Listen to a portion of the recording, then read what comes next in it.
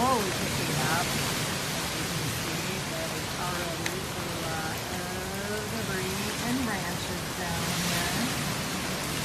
It's pouring a rain out and lots of rain. Just give you a little glimpse how they take care of trash.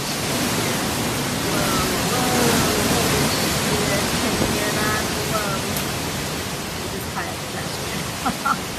Oh my god, my camera does not fully, it's pretty bad coming out.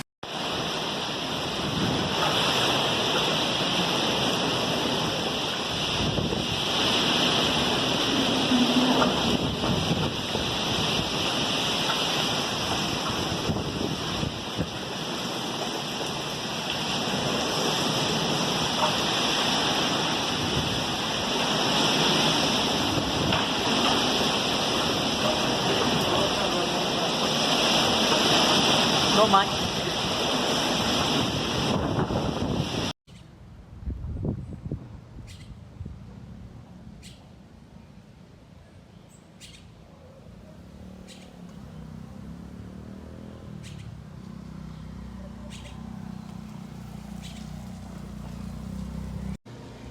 Continuando con este recorrido por la ciudad, podemos ver que también semáforos colapsaron.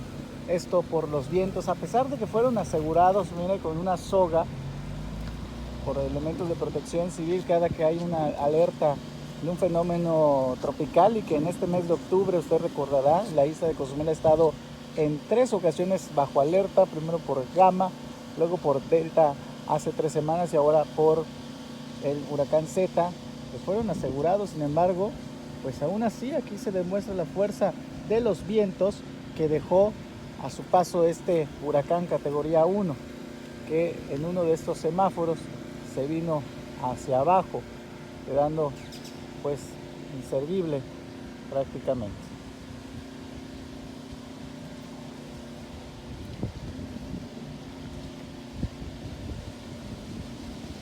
Varias calles y avenidas de la isla de Cozumel se encuentran bloqueadas precisamente por la caída de árboles y postes. Esta es otra de las avenidas que ha sido acordonada con cintas de precaución, derivado a que pues también hay postes del alumbrado público que colapsaron ante los fuertes vientos que dejó a su paso el huracán Zeta.